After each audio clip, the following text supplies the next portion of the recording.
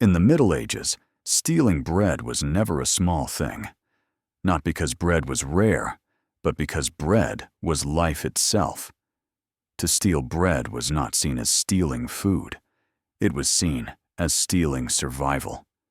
In a medieval village, bread meant the difference between waking up tomorrow or not. It meant strength to work. It meant children eating. It meant surviving winter. So when someone stole bread, fear spread faster than sympathy. Bread was baked infrequently, often once a week, sometimes once every 2 weeks. Families carefully counted every loaf, every crust, every crumb. There was no excess, no backup supply.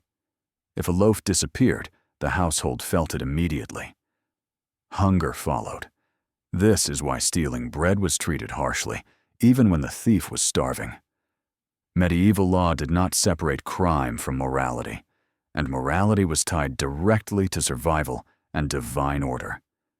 To steal bread was to break social trust, to disrupt God's balance. In most medieval communities, everyone knew everyone. There were no anonymous crimes. If bread went missing, suspicion fell quickly. A poor widow, a hungry child, a traveler. Eyes watched constantly. Accusation alone could ruin a person's life.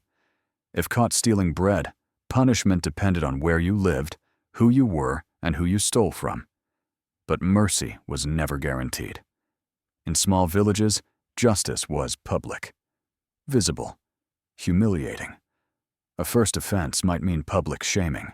The thief could be tied to a post, placed in the stocks, hands and head locked in wood, exposed to the village. People threw insults, sometimes stones, rotten food. The punishment was not meant to hurt the body. It was meant to destroy dignity. Shame was a weapon. Being seen as a thief meant losing trust, and losing trust meant losing help when hunger returned. For repeat offenders, punishments escalated quickly. Whipping was common, publicly, in front of neighbors. Each strike served as a warning to everyone watching. This is what happens when you threaten survival. In towns and cities, laws were written and enforced more strictly. Stealing bread could lead to imprisonment. But prisons were not places of reform. They were places of suffering. Cells were dark, cold, overcrowded. Food was not guaranteed. Many prisoners starved while imprisoned for stealing food. In some regions, punishment depended on the value of the bread. A small loaf might bring beating. A larger theft could lead to mutilation. Hands were sometimes branded, ears cut. These marks followed a person for life. They were meant to warn others and to permanently separate the thief from honest society. In extreme cases, stealing bread could lead to execution, especially during famine, especially if order was fragile. Authorities feared hunger more than injustice, because hunger led to riots, to rebellion, to chaos. A single loaf could ignite violence, so rulers made examples. Hangings were public, deliberate. The message was clear: starve quietly or die loudly. Children were not always spared. If a child stole bread, parents were often punished instead.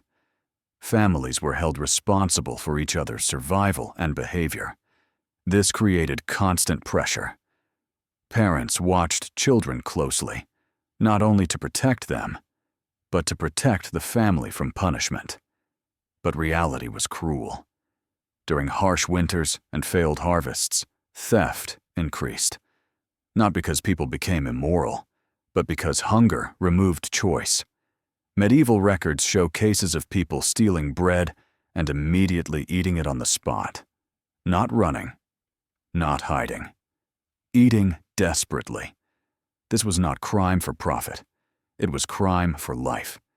Church doctrine complicated everything. Stealing was a sin. No exceptions. But hunger was also suffering. Some priests preached mercy.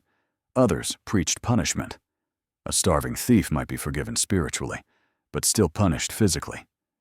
Confession did not cancel consequences. God might forgive. The law would not. This contradiction shaped medieval fear. People believed stealing bread endangered their soul, but not stealing could kill their body. It was a terrible choice. Many prayed before stealing, not for success, but for forgiveness. They asked God to understand, to see hunger, to see desperation. But belief did not stop punishment. If caught, a thief faced both earthly judgment and eternal fear. They feared hell. They feared shame. They feared death. Sometimes more than hunger itself. Communities were torn between compassion and survival. Helping a thief meant risking punishment. Hiding stolen bread could make you guilty by association. So people looked away. They heard crying. They smelled hunger, but did nothing, because one stolen loaf could threaten many lives. In some places, communities created informal mercy. A loaf left unattended, food placed near a door, a way to help without accusation. But these acts were quiet, rare. Fear ruled more often than kindness. Stealing bread could destroy a reputation forever. Even after punishment, people remembered. Work was refused. Help withheld. A thief became unreliable, dangerous. Someone who might steal again when winter returned. This social death was often worse than physical punishment. It meant isolation. And isolation meant eventual starvation anyway. So many chose silence. They starved slowly, rather than steal quickly. To modernize, this feels cruel. But medieval life was built on fragile balance. One bad year could wipe out a village. One hungry person could threaten many. Bread was not food. It was order. It was survival made solid. This is why stealing bread was treated with fear, not because people lacked compassion, but because they lived too close to the edge, where mercy could mean death, and hunger forced impossible choices. In the Middle Ages, stealing bread was not just a crime, it was a symptom of collapse, and when collapse began, punishment followed. Because medieval society did not know how to fix hunger, only how to control it. And often, control came too late.